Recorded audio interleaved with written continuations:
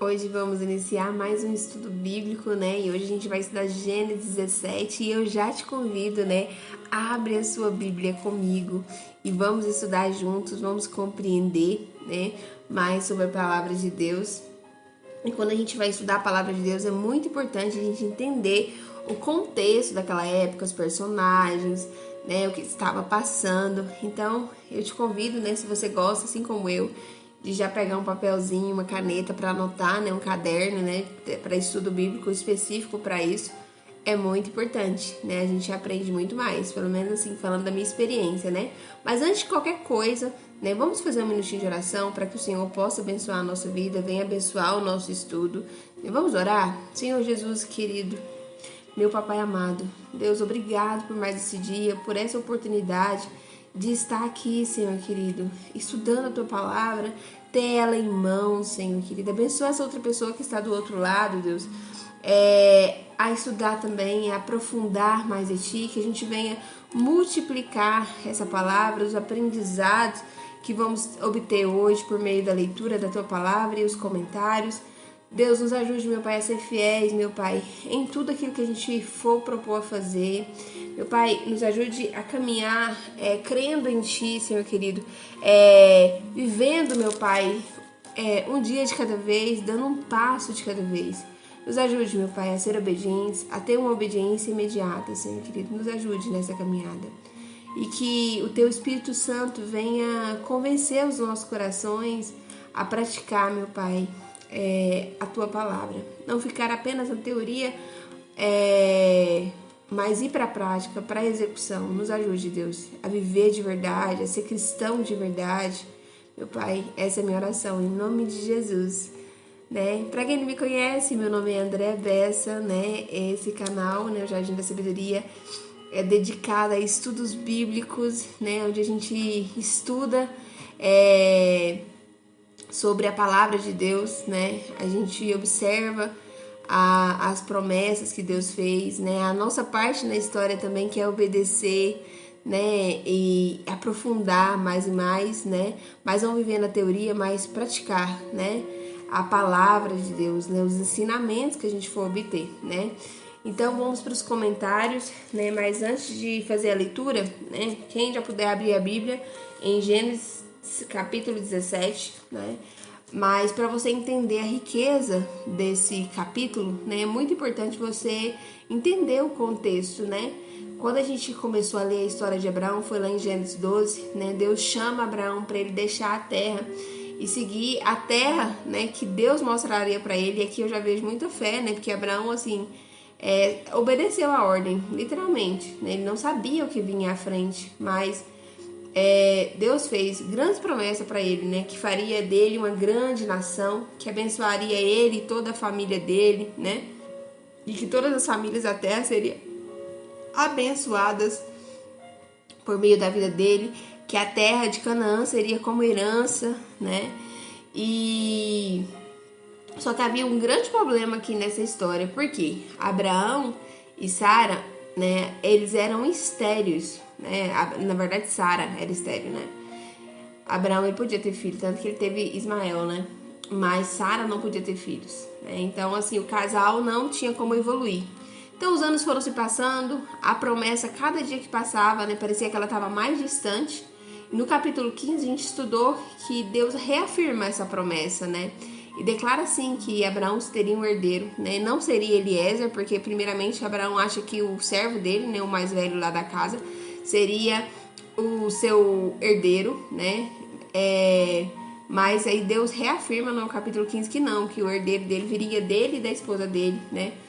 Então, assim, mas Abraão ele crê, né? A sua fé foi imputada como justiça, né? Só que no capítulo no 16, essa espera se torna ainda mais difícil, né? Sara, ela começa a se cansar da esterilidade dela. Eu acredito que naquela época ela estava sendo julgada, né? Assim, as mulheres que não tinham filho naquela época eram muito maltratadas, né? Então, ainda mais Abraão, que tinha muitos bens materiais, né? Então, ela achando que ela poderia ajudar a Deus, o que ela faz? Ela pega a sua serva Agar, entrega a Abraão, e dessa união nasce Ismael, né? E aos olhos humanos, naquele momento ali, parecia que já tinha resolvido, que não tinha mais nenhum problema, né? Só que Abraão, né, ele possuía agora um filho chamado Ismael, mas Ismael, gente, não foi... ele não era o cumprimento da promessa de Deus na vida de Abraão, né? E outra coisa, Deus nunca precisou de ajuda humana para cumprir o que ele prometeu, né? Então 13 anos se passam e nenhuma palavra é registrada, né? Abraão não recebe nenhum direcionamento, pelo menos que está registrado aqui na palavra. E aí Deus aparece novamente para ele, né? Em uma grande aplicação para nossa vida mesmo, né? Porque às vezes a gente acha assim que o silêncio de Deus significa que Ele nos abandonou, que Ele nos deixou de lado. E não é isso, né? O silêncio, ele faz parte do processo do amadurecimento da nossa fé, né? O processo de espera, de aguardar, faz parte. E então, assim, quando a gente espera, né? Deus, ele tá trabalhando o nosso caráter, Ele tá fortalecendo a nossa confiança nele, tá preparando ali o cenário, né? Para que a glória dele, né? Seja plenamente revelada no tempo certo, e o tempo dele é diferente do nosso.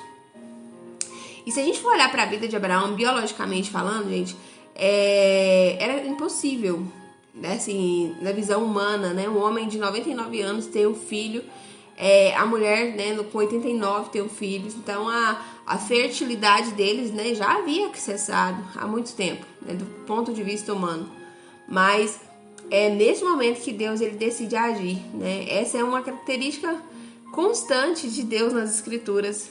Quando os recursos humanos acabam, é ali que Deus demonstra que seu poder, ele não depende da circunstância, né? Que ele é muito poderoso, ele vai muito além do que a gente pode imaginar. E aí a gente vê que tudo é possível para o nosso Deus, né? Vamos fazer a leitura? Vamos fazer a leitura do versículo 1 ao 8, onde vai falar que Deus, ele renova, né, sua aliança com Abraão. Vamos ler.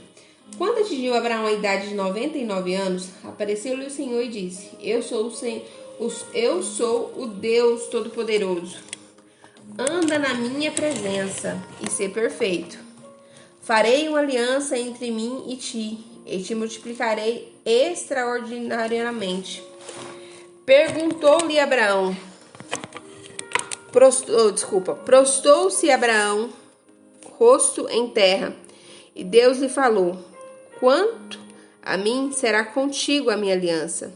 Serás pai de numerosas nações. Abraão já não será o teu nome, e sim Abraão. E aqui a gente vê que Deus muda o nome de Abraão, né? Porque por pai de numerosas nações te constituí. Far-te-ei fecundo extraordinariamente. De ti farei nações, e reis procederão de ti. Estabelecerei a minha aliança entre mim e ti, e a tua descendência. No decurso das suas gerações, aliança perpétua, para ser o teu Deus, e da tua descendência dar-te-ei a tua descendência a terra das tuas peregrinações, toda a terra de Canaã em possessão perpétua, e serei o seu Deus. Então, eu acho interessante que o capítulo já começa falando, né, que Abraão tinha 99 anos quando Deus, né, dá esse novo direcionamento para ele, né, essa nova promessa. E Deus, a primeira coisa que Deus fala é que ele era Deus Todo-Poderoso, né, o El Shaddai. É um dos nomes mais significativos atribuídos a Deus, né, no Antigo Testamento. Apesar que existem muitas discussões e opiniões diferentes dos estudiosos, né, mas El Shaddai significa o Deus Todo-Poderoso, né, aquele que possui uma autoridade absoluta, né, um poder ilimitado para cumprir tudo aquilo que ele promete. Então, não é por acaso que Deus utiliza esse nome. Então, a gente vê que Deus, ele faz na hora dele, no tempo dele, né? Então, ele pede para Abraão andar na presença dele, para Abraão ser íntegro. E quando a gente vai ver essa palavra de íntegro, né, para a pessoa ser inteira, a pessoa ser verdadeira, né, fazer a parte dela na aliança. Então, mas isso também não ia depender de Abraão, né? Teria ali a parte dele, a promessa de Deus sempre tem a outra parte a ser feita, mas Deus queria que ele fosse inteiro, queria que ele fosse completo, né? Sinceramente, diante dele, irrepreensível no relacionamento dele com Deus, né? Então, isso também não vai significar que é uma perfeição absoluta, mas que ele tinha só Deus, né, como seu único Deus. E viver ali com o coração totalmente entregue a Deus, né, sem hipocrisia, obedecendo ao Senhor em todas as áreas da vida. Essa verdade é muito importante, né? Deus fala com ele, né? Então eu vejo aqui que Deus reafirma a aliança dele, mudando o nome de Abraão, né? Que antes Abrão significava pai exaltado. Abraão já é pai de muitos, pai de uma multidão. E a gente sabe que pela fé, né? Nós somos filhos de Abraão também. E a gente vê tudo isso sendo cumprido. Com o passar do tempo, vai cumprindo toda essa promessa que foi feita a Abraão. Vamos ler agora do versículo 9 ao 14, que fala assim: Disse mais Deus a Abraão: Guardarás a minha aliança, tu e a tua descendência, no decurso de suas gerações. Essa é a minha aliança que guardareis entre mim e vós, e a tua descendência. Todo macho entre vós será circuncidado. Circuncidareis a carne do vosso prepúcio, serás isso por sinal da aliança entre mim e vós. O que tem 8 dias será circuncidado entre vós. Todo macho nas vossas gerações, tanto escravo nascido em casa como comprado a qualquer estrangeiro que não for da tua estipe, com efeito será circuncidado, o nascido em tua casa e comprado por teu dinheiro. E a minha aliança estará na vossa carne, será aliança perpétua. O incircuso que não for circuncidado na carne do prepúcio, essa vida será eliminada do seu povo. Quebrou a minha aliança. Então a gente vê aqui um sinal, né, da aliança, né, e um chamado à obediência também, né, que Deus ele é como se fosse a parte de Abraão, né? A gente vê no Antigo Testamento tem as alianças eram feitas por algo físico, né? Fisicamente, para marcar ali aquela aliança, né? Então, Deus ele não chamou Abraão apenas para receber a promessa, mas também chamou ele para viver em obediência,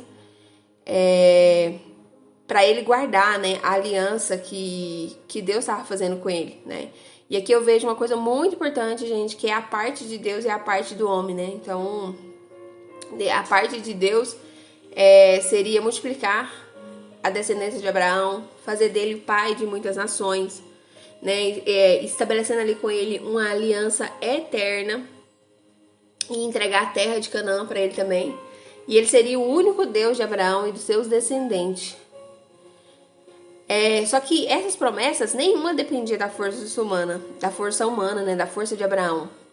Agora, o que competia a Abraão era obedecer, guardar a aliança. Então, essa obediência envolvia ele permanecer fiel e íntegro diante do Senhor, andar na presença do Senhor, né, viver com integridade e aceitar esse sinal que Deus estabeleceria como marca da aliança. Então a gente percebe que a fé bíblica ela nunca foi uma fé passiva, né? Abraão havia sido declarado como justo, né? E por sua fé, mas mesmo com a fé precisava ser expressa em atitudes. E mais tarde a gente vai ver lá em Tiago 2,17 que a fé, se não tiver obras, ela é morta em si, né? Então não somos salvos pelas obras, mas a fé verdadeira ela vai produzir obediência, né? Uma obediência que não compra a bênção de Deus, ela demonstra que realmente confiamos nele. E aí vem a instituição da circuncisão. A gente vê que é um sinal, né, visível da aliança com Deus. Deus estabelece a circuncisão. Então todos os homens deveriam ser circuncidados, né? Os filhos nascidos na casa de Abraão, os servos, as pessoas que eram compradas, os estrangeiros, né? Toda a comunidade que vivia sob a autoridade de Abraão deveria, né? Então, e os meninos desde pequenininho, né? No 8º dia já de vida, já tinha que ser circuncidado, né? Tirado ali o prepúcio da parte genital masculina. E eu vejo aqui também uma coisa que a mulher, né, não passava por isso. Eu creio que desde o início, assim, a aliança de Deus com as mulheres era no coração, né? Pela fé mesmo, de crer na promessa de Deus.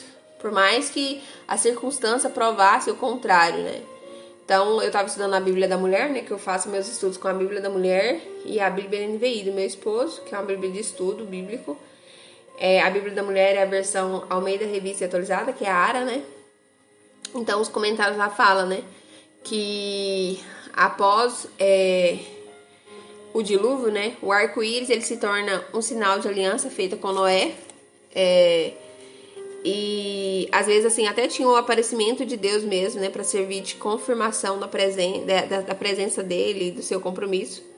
Só que aqui, né, com Abraão, Deus permanece, ele faz aliança, mas agora teria uma marca física, né, com os descendentes de Abraão.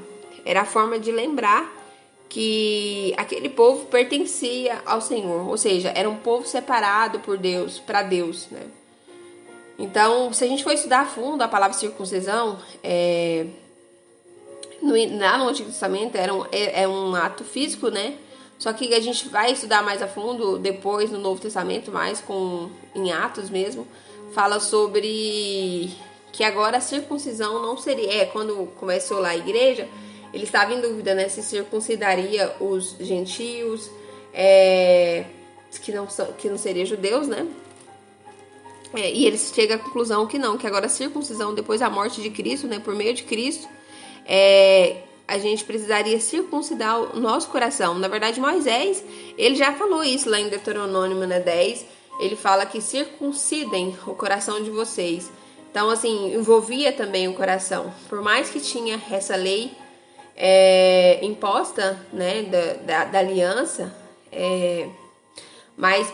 e essa circuncisão física, ela apontava, né, para a transformação interior. Então, ela simbolizava a remoção daquilo que impedia o relacionamento daquela pessoa com Deus, né, de uma forma plena, né? Então, no Novo Testamento, a gente vê que já não é mais necessário a circuncisão física, né? Pois ela é operada por meio do Espírito Santo dentro do nosso coração. Então, assim, a antiga circuncisão, ela apenas apontava para a nossa nova realidade espiritual, uma realidade muito maior, né? Que Deus, ele deseja que a gente continue tendo esse relacionamento com Ele de uma forma plena, não marcado por símbolos religiosos, mas por corações totalmente entregues a Deus de uma forma verdadeira, né? E obediente ao Senhor, né? E Deuteronômio, se a gente for estudar Deuteronômio 10, Deuteronômio 30 fala que, né, os céus e a terra, né, Deus coloca diante da gente, né, pra gente escolher a vida ou a morte, a bênção ou a maldição. Então, assim, apresenta dois caminhos pra gente, né, o caminho da vida, que é o da bênção, e o caminho da morte, que é a maldição. E ele fala, escolhe, pois, a bênção para que viva tu e tua descendência. Então, assim, eu vejo que Deus, ele não obriga ninguém a obedecer. Ele nos dá essa liberdade, mas ele também deixa claro que toda escolha vai produzir consequências, sejam boas ou ruins. Eu vejo que esse princípio ele é válido até hoje. Então, obedecer ao Senhor não é um peso, é um caminho pelo qual a gente desfruta dessa comunhão com Ele, dessa aliança dele, da paz dele, que excede todo entendimento. E é algo que ele deixou pra gente, né? E outra coisa que é muito importante a gente comentar é que, bem aqui no versículo 14, fala que quem rejeitasse a circuncisão seria eliminado, né? Essa pessoa seria excluída dali da descendência de Abraão, né? Quem não fosse circuncidado. Seria uma consequência extremamente séria, né? A rejeição dessa circuncisão. Então, porque essa pessoa ela estava desprezando a aliança estabelecida com Deus. Então, era uma demonstração pública, né, de rebeldia contra Deus. Por isso, essa pessoa ela teria que ser excluída ali da comunidade, da aliança ali com Deus. Então, a gente percebe que Deus nunca trata a aliança dele como algo superficial, né? Pertencer ao povo de Deus envolvia ter um compromisso. Então, eu vejo que a graça hoje que a gente vive, ela nunca anulou a responsabilidade. Eu vejo que quanto maior o privilégio que a gente tem de caminhar com Deus, de ter o Espírito Santo dentro da gente, aumenta também a nossa responsabilidade de viver segundo a vontade dele. Então eu vejo que a obediência de Abraão ali naquele caminho, naquele momento, apontava para nós hoje, né? Então, é muito importante a gente frisar sobre isso, sobre esse apontamento do Antigo Testamento para o Novo e para o nosso tempo, né? Vamos fazer a leitura agora do versículo 15 ao 22, onde vai falar sobre Sara, Isaac, né? A fidelidade de Deus às suas promessas. Versículo 15. Disse também a Deus a Abraão: a Sarai, tua mulher, já não lhe chamarás Sarai, porém Sara, abençoá-la-ei, e dela te darei um filho. Sim, eu a abençoarei, e ela se tornará nações, reis de povos procederão dela. Então se prostrou Abraão, rosto em terra, e se riu, e disse consigo: a um homem de 100 anos há de nascer um filho? Darás à luz Sara com os seus 90 anos? Disse Abraão a Deus: tomara que viva Ismael diante de ti. Deus lhe respondeu: de fato, Sara, tua mulher, te dará um filho, e lhe chamarás Isaque. Estabelecerei com ele a minha aliança, aliança perpétua para a sua descendência. Quanto a Ismael, eu te ouvi. Abençoá-lo-ei, falo-ei fecundo e multiplicarei extraordinariamente. Gerará 12 príncipes, e dele farei uma grande nação. A minha aliança, porém, estabelecerá-ei com Isaque, a qual Sara lhe dará a luz. Nesse mesmo tempo, daqui a 1 ano, afinda essa fala com Abraão, Deus se retirou dele, elevando-se. Então a gente vê que Deus fala novamente com Abraão, e aí Abraão fica rindo, né? Assim, eu creio que por um certo momento Abraão teve ali um certo nível de incredulidade, mas essa é a minha opinião, né? Mas também, assim, ao mesmo tempo ele também pode ter rido de alegria, né? De saber que Deus iria agir, mas às vezes eu fico pensando que seria incredulidade, tanto que confirma quando a gente continua a leitura, onde ele fala que para Deus abençoar Ismael, ou seja, meio que ele, eu já tenho um herdeiro, né? Mas eu aposto, assim, que no coraçãozinho dele, ele queria ter um filho com a esposa dele, a tão amada, né, a Sara. E outra coisa importante aqui nessa leitura que a gente acabou de fazer é que há uma mudança do nome de Sara, ou de Sarai, para Sara, né? Tanto Sarai como Sara eu pesquisei, significa princesa, né? Então a diferença vai estar no alcance da missão que Deus concede, né? Porque Sara agora deixaria de ser apenas a esposa de Abraão para tornar mãe de nações e reis.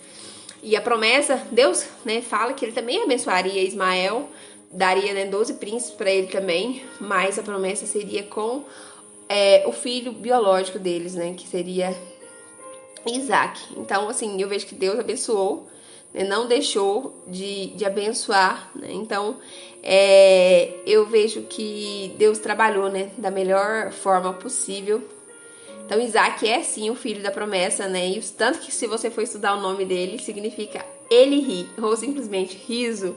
Acho que para lembrar desse momento, né, que Abraão riu também. Mas a gente vê que o nome de Isaac também ele pode ser compreendido como uma oração implícita, né? Do desejo que Deus sorrisse para aquela criança, né?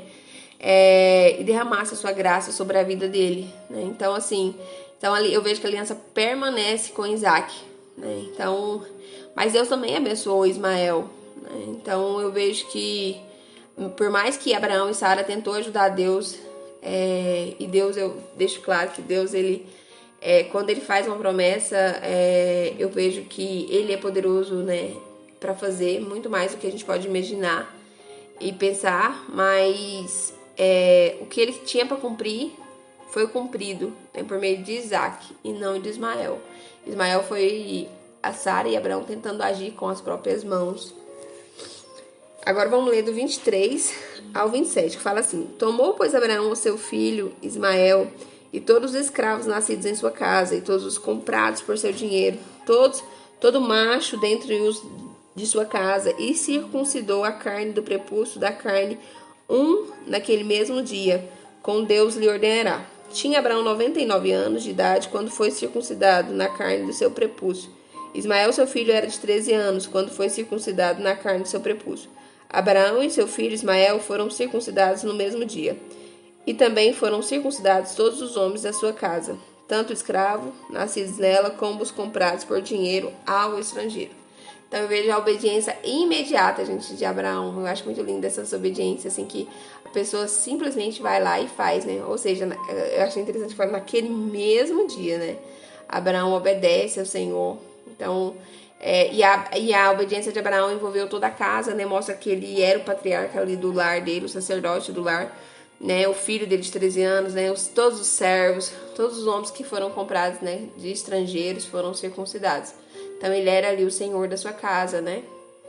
E ele obedece e circuncida, né? Então, assim, essa obediência de Abraão confirma a fé dele. E com esse capítulo, gente, a gente tem muitas aplicações práticas para a nossa vida cristã, né? Eu separei aqui 5. Que o silêncio de Deus, ele não significa ausência, né? Então, assim, foi muito tempo Deus sem falar com Abraão, mas ele estava trabalhando ali por trás, né?